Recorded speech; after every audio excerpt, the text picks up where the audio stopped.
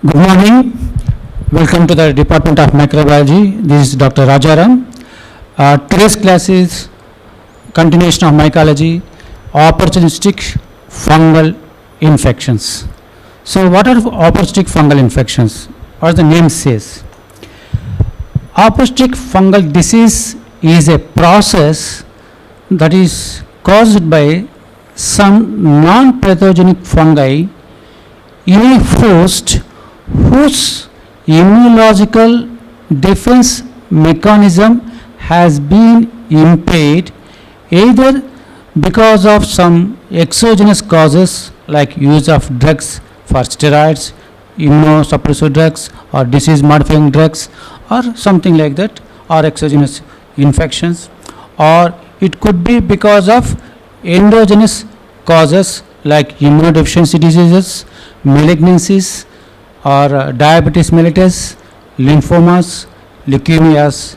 So these are the diseases, or these are the conditions which impairs the immune system of the human. If the immune system of the human is a little bit impaired, some of the fungi which are usually non-pathogenic to human will take the opportunity of impaired immune mechanism of the host and produce what is called as opportunistic fungal infections. So what are these opportunistic fungal infections? The opportunistic fungal infections can be studied as zygomycosis,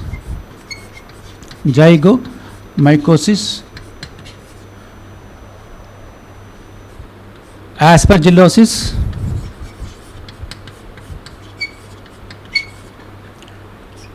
cryptococcosis, candidiasis, penicilliosis. So some of this will be discussing today. So what are zygomycosis?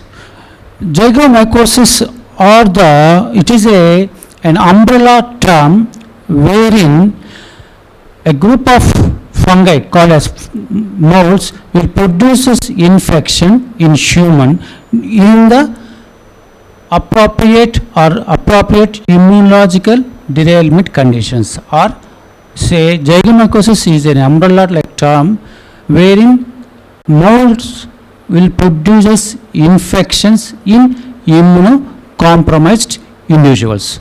So what are molds? The molds are nothing but broad hyphae without any septa. These are broad hyphae, or having broad hyphae without any septa. And these molds will exhibit the presence of rhizoids, presence of sporangiophores, and presence of asexual spores called as sporangia, and sexual spores called as zygospores. So based upon the nature of sporangiophores and based on the location of rhizoids and based on the shape of columella, these molds or zygomycosis have been classified into three types, namely mucoid, rhizopus, and Absidia species. Mucoid species, rhizopus species, and Absidia species. So what is the basis for it? Based on the presence or absence of rhizoids, and based on the sporangiophores, and based on the columella. You know that the fungi which are having broad aseptate hyphae show at 90 degrees perpendicularly what is called as a sporangiophore. This sporangiophore may end as a columella and then this ends in the form of a sporangia, and this consists, inside they represent asexual spores called as sporangiospores. Sporangiophore aseptate hyphae. So based on this, in case of mucor, what happens now? There are no rhizoids,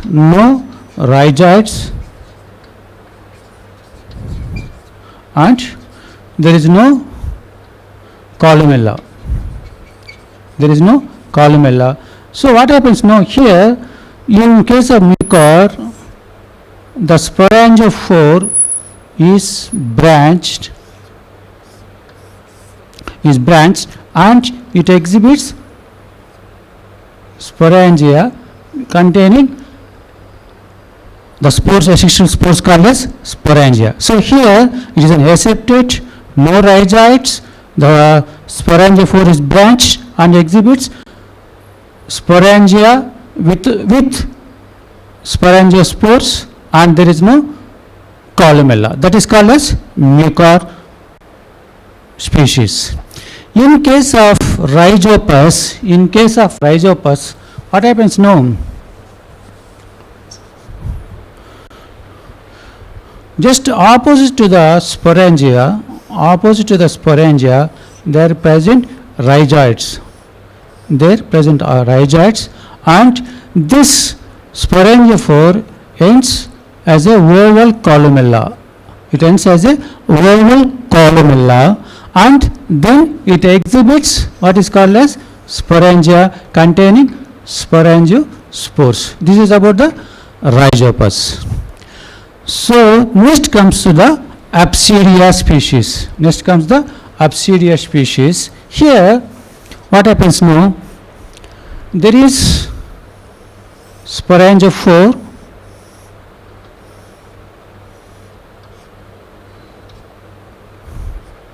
and there are rhizoids, but the rhizoids are not opposite to the sporangiophore, but these rhizoids are present at different places. These are called as nodal rhizoids, and the sporangiophore ends as a columella which is pear shaped, and this carries the sporangia containing spores, asexual spores called as sporangiospores. So the zygomycosis consists of different species, namely mucor, Rhizopus and Apsidia, and they have been identified based upon the nature of sporangiophores, based on the presence or absence of rhizoids, presence or absence of columella, presence and position of rhizoids. So what are these things? The disease produced by these is called as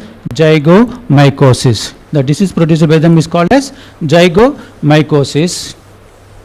And here, why it is zygomycosis? And we know that it is more common in immunocompromised individuals. This zygomycosis, that is this mucor, Rhizopus, Apsidia, they are having more predilection towards the blood vessels.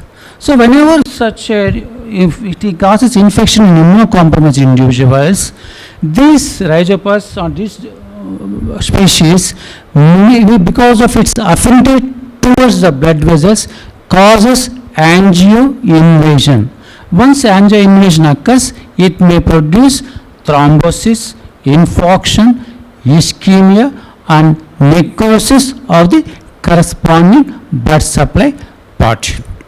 So as such, this zygomycosis produces infection in immunocompromised individuals, and it produces different infection, the localized infection, or it may produce a disseminated infection. So what is this infections? It includes pulmonary zygomycosis, rhinocerebral zygomycosis, abdominal zygomycosis, cutaneous zygomycosis, disseminated zygomycosis. So those are some of the diseases produced by zygomycosis species. So what is pulmonary zygomycosis? Here what happens now, the spores enters either by inhalation or some other process, it enters reaches the lungs. In the lungs it reaches and goes produces either local or focal symptoms or general symptoms of the lung. Here once it enters into the lungs, it goes and enters into the blood vessels. Because of its it produces angio invasion, and in turn it produces local thrombosis, and later the patient may develop dyspnea with hemoptysis. This is one condition. Then come to the rhinocerebral zygomycosis. Here it is very serious condition, and it is more common in diabetic patients or those with malignancy. Here the fungi enters, the spore enters through the nasal mucosa, and from nasal mucosa it pierces the nasal turbinates, enters the orbit, enters the paranasal sinuses, and enters into the brain and causes inflammation and infection. What is it produces? Because it produces a severe localized swelling, bleeding tendencies, and it may cause mortality. It may produce mortality. This is such a serious debilitating condition that is called as rhinocerebral zygomycosis. Then comes the abdominal zygomycosis. In the abdominal zygomycosis, this occurs in patients who are with malnutrition, those who are suffering from malignancy, or those who are immunocompromised, who have underwent some abdominal surgery. Then because of non-healing tendency, even in case of diabetes patients, it produces abdominal infection or abdominal zygomycosis, and wherein these enters into the abdomen and may enter into the GIT, may enters through the gastric ulcers, enters deep into the causes deep invasion, enters into the blood vessels, and produces what is called as either melena or hematemesis, etc., which is also a fatal condition if not treated properly. Then comes the cutaneous zygomycosis. In the cutaneous zygomycosis, here the source of infection could be either external or from endogenous, or it may be either exogenous or it could be endogenous. What happens here? Now this is not common in all the individuals that are immunocompromised. Even immunocompromised patients with severe burns, these patients may develop cutaneous ulcers, which is followed by painful nodules and granuloma formation. Then comes the disseminated zygomycosis. This disseminated zygomycosis, it involves any part of the body, any system of the body. So here, because of its tendency for a blood vessel to enter into the blood vessels, it may reaches the blood, it may reaches the brain and produce localized or generalized lesions in the brain, or it may reaches the kidney and produces or causes damage to the kidney. Then then comes the diagnosis. What are diagnostic? Here sample collection is the most important thing. Here what happens now? The samples, because of the environment of the site, we have to take the sample. So any like blood sample or sputum sample or biopsy sample, biopsy of the lung or abdominal biopsy, some we have to take, and routine all fungal infections which I have discussed earlier. It could be a microscopy. In the microscopy it could be wet mount, or it could be staining. So in the staining there may be histopathological examination, HPE staining. In the HPE staining we will be observing all the mycelia, receptate mycelia. That is about this one. Next comes the treatment, that because we have discussed about lab diagnostics in detail in the earlier class itself. And next comes the treatment. The treatment is first treat the cause. Sometimes it may be because of uncontrolled diabetes, so treat diabetes, or maybe because of malnutrition, treat, or if at all any malignancy, if it is curable, you have to take proper precautions or proper treatment. Once treatment is then go for surgical wound debridement. So, because we know that extensive involvement of lung or extensive involvement of the stomach or extensive involvement of the skin can occur, so we have to go for surgical wound debridement. As next comes the giving hyperbaric oxygen is one of the treatment, and finally antifungal drugs like amphotericin B is used for to control the zygomycosis infection.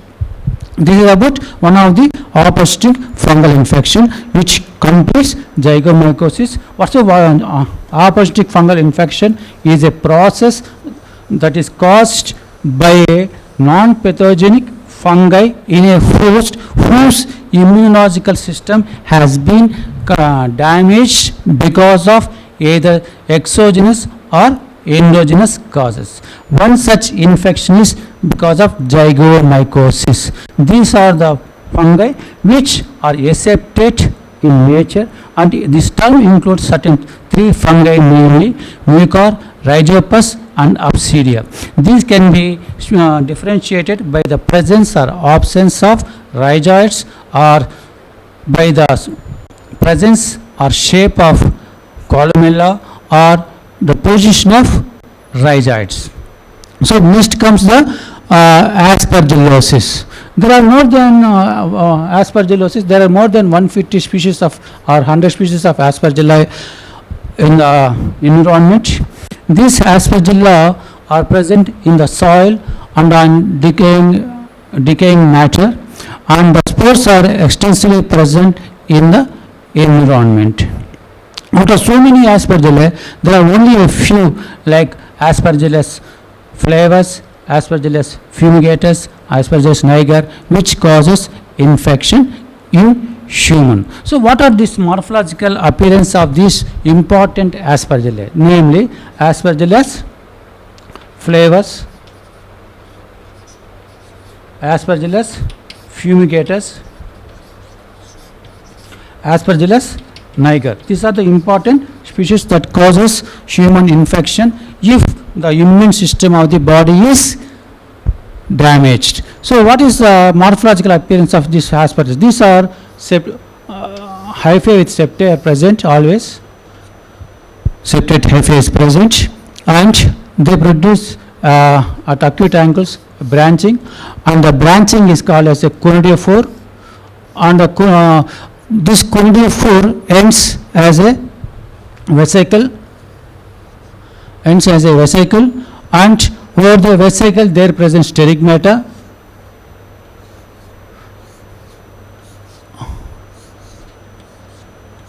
and over the sterigmata there present what is called as conidia, which are nothing but asexual spores.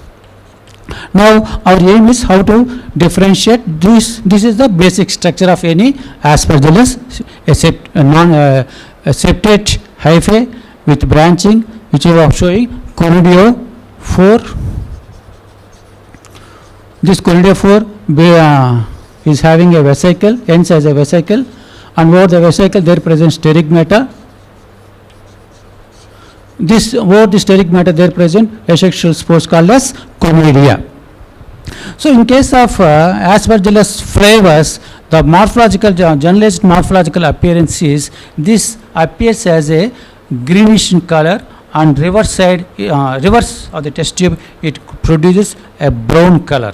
So it produces a green color to the open surface, and reverse side of the test tube produces a brown color, and this Aspergillus flavus exhibits a septate hyphae, and the conidiophore is present, and this conidiophore is rough with some spikes over it, and it ends as a vesicle, and this vesicle consists of one or two rows of sterigmata. The sterigmata in case of flavus is one or two rows, and they are present all over the vesicle, all around the vesicle, and at the ends of the sterigmata they present conidia, which are asexual spores. So the conidiophore, which is a lengthy one with spikes or roughness, is present, vesicle present, and all over the vesicle there present sterigmata. The sterigmata may be single or double layered, and over the sterigmata there present conidia. That is about Aspergillus flavus, full, that means flavus full of sterigmata. Then comes the Aspergillus fumigatus. The Aspergillus fumigatus, here also there is a coryndia 4 septate hyphae. Coryndia 4 is present, it ends as a vesicle, and here this is coryndia 4 is smooth in nature compared to that of Aspergillus flavus, and the vesicle, over the vesicle there present the sterigmata. These sterigmata are usually single layered, and these sterigmata are present only in the upper portion. It is, that is, the sterigmata are not present all over the vesicle, it is present only in the upper third, and this is single layered, and this is followed by presence of conidia. This is about Aspergillus fumigatus. In the fumigatus also, generalized appearance, it produces a green color, and opposite side it produces white to tan color. That is about, so coryndia 4 smooth vesicle, on the upper third of the vesicle there present a single layered sterigmata, over the sterigmata there present conidia. Then comes the Aspergillus niger. This is also a septate hyphae, and there present the coryndia 4. This coryndia 4 compared to others, it is very small in size, and it ends as a vesicle, and here the sterigmata are double layered. They are double layered.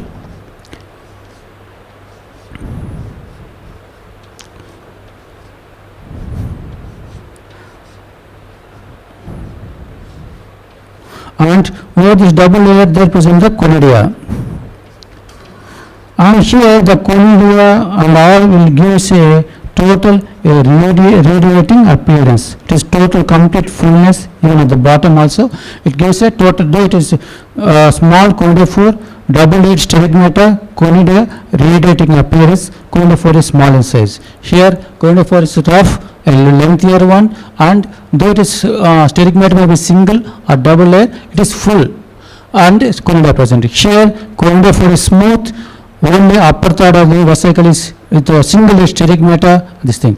In the Aspergillus niger, morphologically it is black in color, the reverse side is usually brown shape or yellow in color. So what are the species? This Aspergillus produces disease what is called as aspergillosis. So what are the diseases that are produced by Aspergillus species? They may produce a localized very simple infection to serious infections. So because this Aspergillus produce localized infection or systematic infection, or it may produce toxins which are harmful to us. So what are the diseases that are produced by Aspergillus species? These include, it may produce pulmonary infection. In the pulmonary infection, it may be Aspergillus asthma, bronchopulmonary aspergillosis,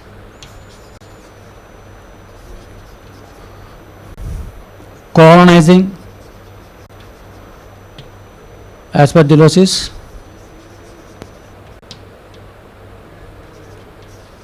otherwise called as aspergilloma, and it may produce invasive pulmonary aspergillosis. So it may cause pulmonary infection. In the pulmonary infection, it may produce 4 types of infection. Aspergillus asthma. This Aspergillus asthma occurs in persons who are atopic individuals. If these persons are prone or exposed to the Aspergillus spores, because we know that these spores are present in the environment, ubiquitous in nature, and in such patients, if they are exposed to the spores of the Aspergillus, they may produce Aspergillus asthma. Sometimes if they are exposed to the same spores, instead of asthma, they may enter into the bronchioles, and these in the bronchioles they present only in the lumen of the bronchioles. So sometimes these spores may enters into the lung, and they occupy a space in the lumen of the bronchioles, and there they develop and form mycelia. There it produces what is called as blocking of the bronchioles, and may produce hemoptysis. So that is about the bronchopulmonary aspergillosis. Sometimes in some individuals who are having pulmonary cavities, maybe cystic disease of the lung, or maybe because of post-TB pulmonary diseases where there is a leftover cavity, in such persons this aspergilli may enter and colonize in the cavities. If they got colonized in the cavities, it may occupy and produce a big mass which is called as aspergilloma. Here also the patients may exhibit acute hemoptysis. Then for sometimes this in the some immunocompromised individuals, this aspergilli enters into the lungs and they got show invasion into the depth of the lung parenchyma. So such is the one presentation, that is pulmonary infections. It may also produce what is called as endocarditis. It may produce paranasal granuloma. It may enter into the different parts of the body, even in the CNS involvement, kidney involvement, it may cause. And it also produces some toxins called as aflatoxins, which wherein the patient exhibits toxic symptoms. Also it produces miscellaneous infections like ocular keratitis, or it may produce automycosis, that is infection of the ears, or ocular keratitis, infection of the eyes. So this may produce a superficial infection to a serious pulmonary or disseminated infections. This is about aspergillosis. Again, here also the diagnosis includes taking the appropriate sample and putting it for simple examination under microscopy or culture in Sabra-Dextrose agar and verifying the generalized features, or we had to go for histopathological examination by using POS stain or other hematological stains and going for the diagnosis. Once the diagnosis is made, here also the treatment is correction of the underlying cause, and amphotericin B and fluorocytosine are some of the drugs that can be useful for the control of aspergillosis. Next comes the cryptococcosis. What is cryptococcosis? We know that morphologically the fungi have been classified into yeast-like molds and dimorphic. No. So this is a mold which is Aspergillus, and which is septate hyphae, and zygomycosis non-septate hyphae. Next comes the cryptococcus. What is cryptococcosis? Cryptococcosis is a disease that is usually a subacute disease or a chronic disease that is caused by Cryptococcus species. There are two Cryptococcus species, namely Cryptococcus neoformans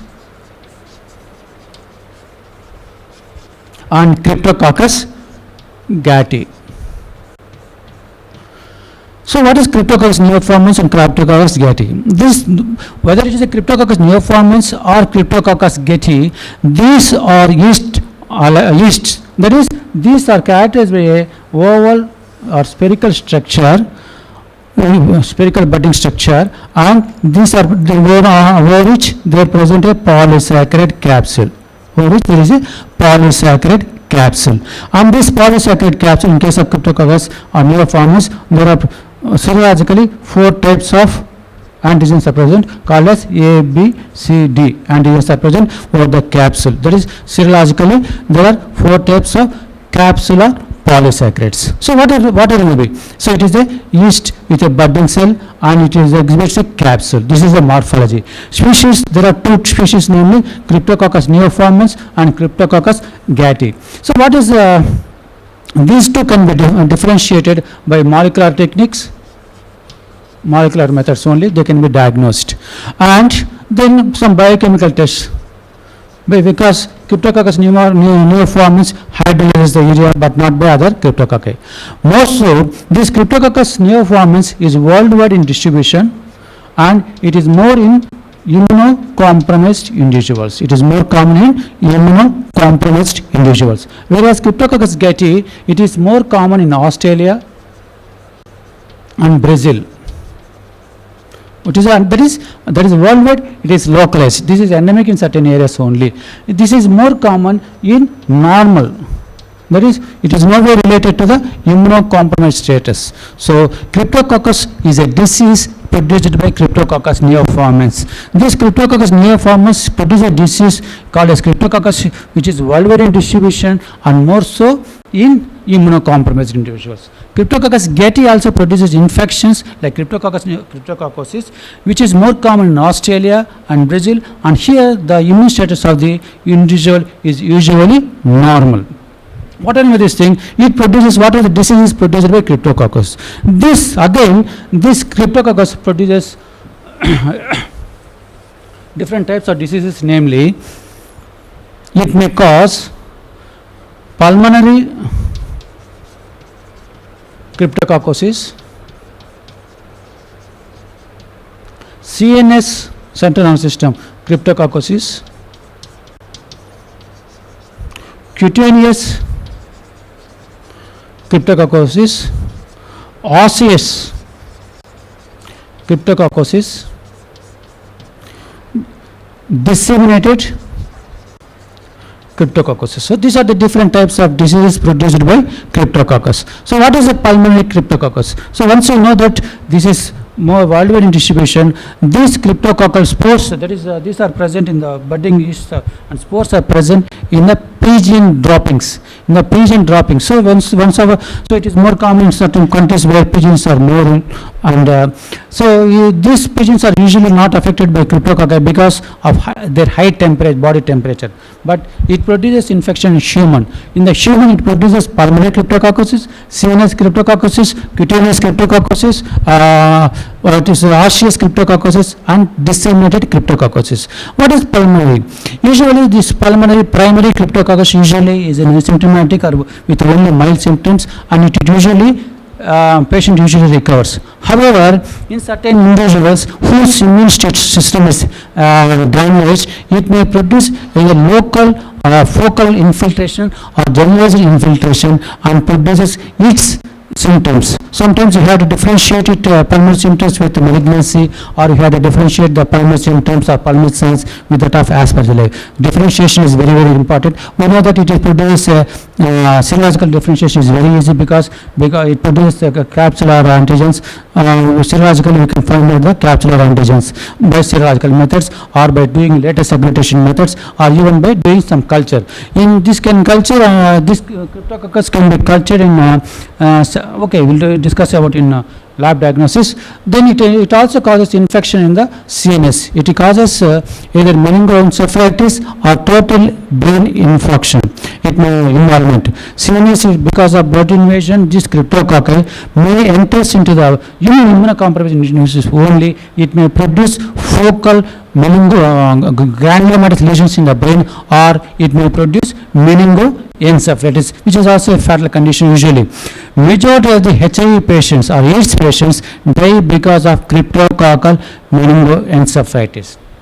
Then comes the cutaneous cryptococcosis. This cutaneous cryptococcus also occurs in immunocompromised individuals, and it usually presents as a small papule which later on develops into an ulcer, or it becomes a granulomatous lesion over the skin. That is about cutaneous cryptococcosis. Next comes the osseous. This cryptococcus also involves the bones, and in the bones it may produce localized painful swellings. And these painful swellings or localized swellings may at times reach the joint and produces infections of the joint. This also osseous joint involvement occurs mainly in the immunocompromised individuals. Next comes the disseminated cryptococcosis. Here also the dissemination occurs when the immune status is totally paralyzed or totally lost, wherein abdominal system, kidneys are involved, and it related symptoms, and the patient usually like a AIDS patient. where it also reflects these majority of these patient infections are depending upon the CD4 count. If the CD4 count is less than 200, automatically these patients are more prone for these types of infections. So once we know the sample because certain particular sample should be taken, and this sample should be examined for under immuning preparation for the budding yeast cells or for the presence of capsule. On immuning preparation, we'll see the capsule, refractive capsule, or on the gram stain also you can see the budding yeast cell.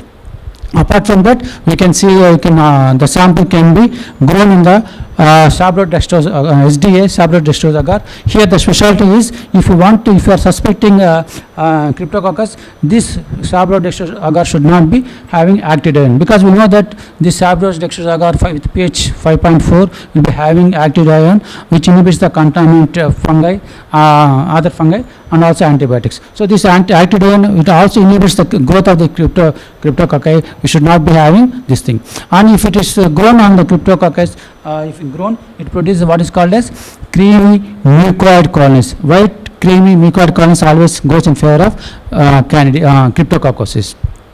Then it also goes on the corn meal agar, wherein we can see the brownish appearance of the corn because of melanin production. That is about the Cryptococcus. Once diagnosis is made, automatically treatment includes supportive treatment, underlying cause, immunosuppression, treating the underlying cause, and here also the drug of choice is 5-fluorocytosine and amphotericin B. Then next comes the what is the next is the candidiasis. What is candidiasis? So morphologically we know that candidiasis is a yeast-like fungi. That is here morphologically it produces a spherical or oval cell, and then this shows a budding, which this budding does is not continuously prolonged. So it produces what is called as a pseudomycelium. So a budding cell with pseudomycelium goes in favor of Candida. So what are the different types of Candida you will be knowing? One is the Candida albicans, Candida tropicalis, Candida pseudotropicalis, Candida krusei, Candida glabrata, Candida stellatoidea, Candida vishnadai. So these are some of the species which wherein this Candida causes. So morphologically it is a yeast-like cell and with a formation of pseudomycelia. So this Candida also occurs in species in people who are mainly immunocompromised. However, it also occurs in normal individuals, but the severity of infection in immunocompromised is severe, and it may be sometimes fatal in nature also. So what are the different diseases it produces? It may produce what is called as oral thrush, stomatitis, esophagitis,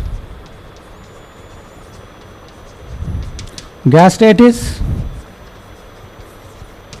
balanitis, balanoposthitis.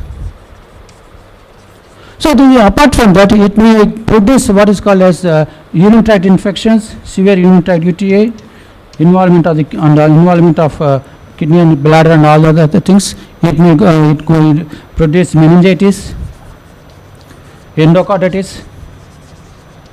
So depending upon the immunological status of the individual, these are the different diseases it produces. And most important thing is the what is called as candidemia. Candidemia is usually presence of or growth of Candida species in the blood. Usually we know that immunocompromise, one of the causes for immunocompromised status is the malignancy. In case of malignancy, we will be giving total parental nutrition, and this total parental nutrition is usually by given central venous catheters.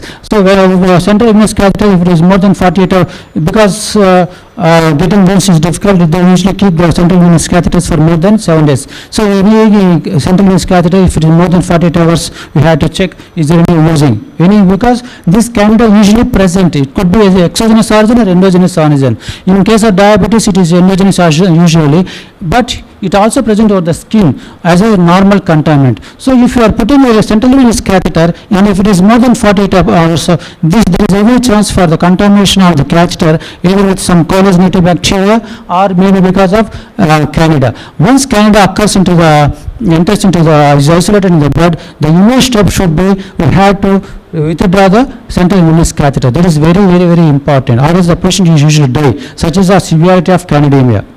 Rest of them, what is the clinical presentation? This oral presentation, oral thrush or stomatitis, they are usually present as creamy white colonies in the mouth, and if these can be usually removed. This oral thrush or stomatitis is usually seen in the newborn babies, where you can see a mucus, white mucus like lesions in the mouth or the tongue. This can be usually removed, and where you can see the reddish markings or reddish appearance. This similar is the esophagitis, gastritis, bronchitis and all those things. These are balanitis, and bronchopostiritis is more common in case of diabetic patients. The diabetic patients, this usually produces endogenous candidiasis.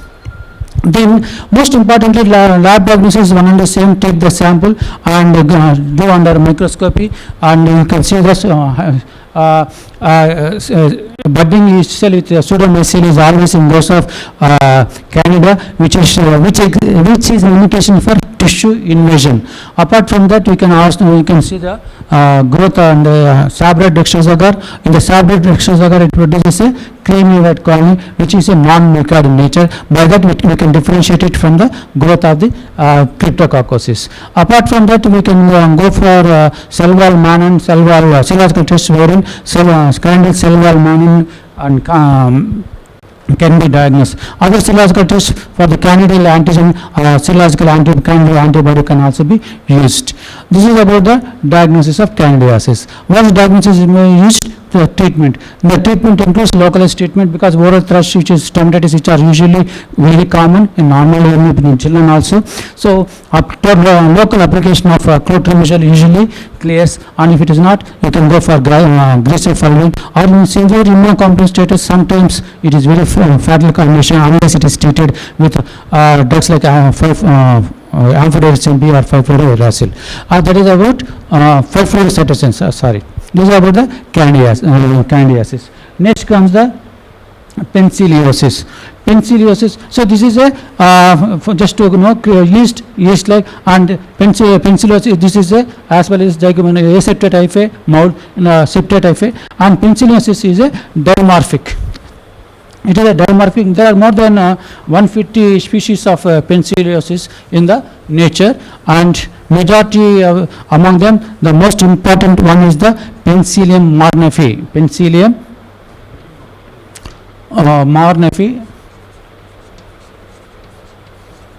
This is a dimorphic fungi, and that is in the dimorphic fungi means in the culture it exhibits as a mycelia, and in the host or a human it may appear as a 37 degrees centigrade as a yeast-like cell. It appears as a yeast. So this Penicillium marnefi is more common in Southeast Asia and China. This among 150 penicillin species, this is the most important one, is the Penicillium marnefi, which causes infection in immunocompromised lesions usually. It usually presents, the clinical it usually presents as a febrile condition with weight loss, lymphadenopathy,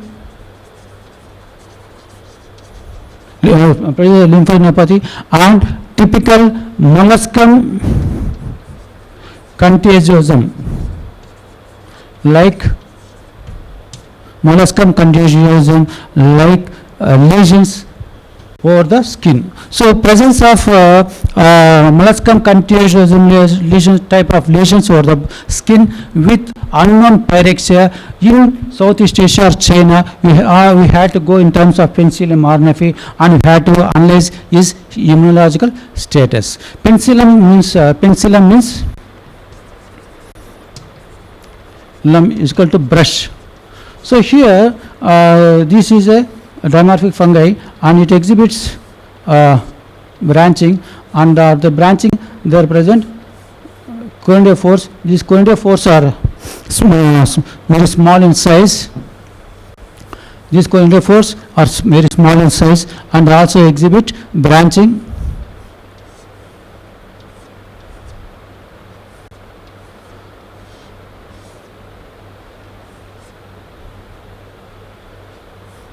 This exhibits branching, and over this branching there present conidia,